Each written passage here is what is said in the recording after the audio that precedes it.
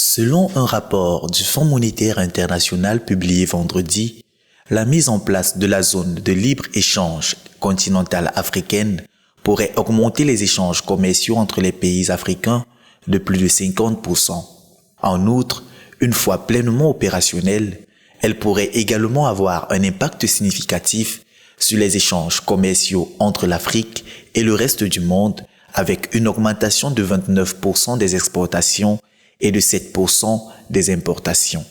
Le rapport souligne également que cela pourrait entraîner une augmentation de plus de 10% du PIB réel médian par habitant. L'accord de création de la ZLECAf prévoit la suppression progressive des droits de douane sur une période de 5 à 10 ans selon le niveau de développement des pays.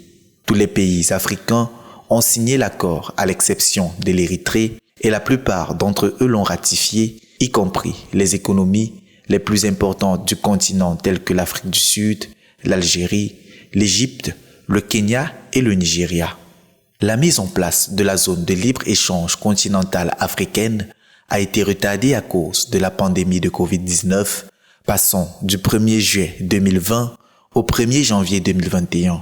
Le fonds souligne que pour que cet accord ait un impact significatif, les pays africains doivent accompagner sa mise en place de réformes visant à améliorer le climat des affaires. Sans ces réformes, la réduction des barrières tarifaires et non tarifaires ne permettra qu'une augmentation de 15% des échanges entre pays africains et une hausse de 1,25% du PIB réel médian par habitant.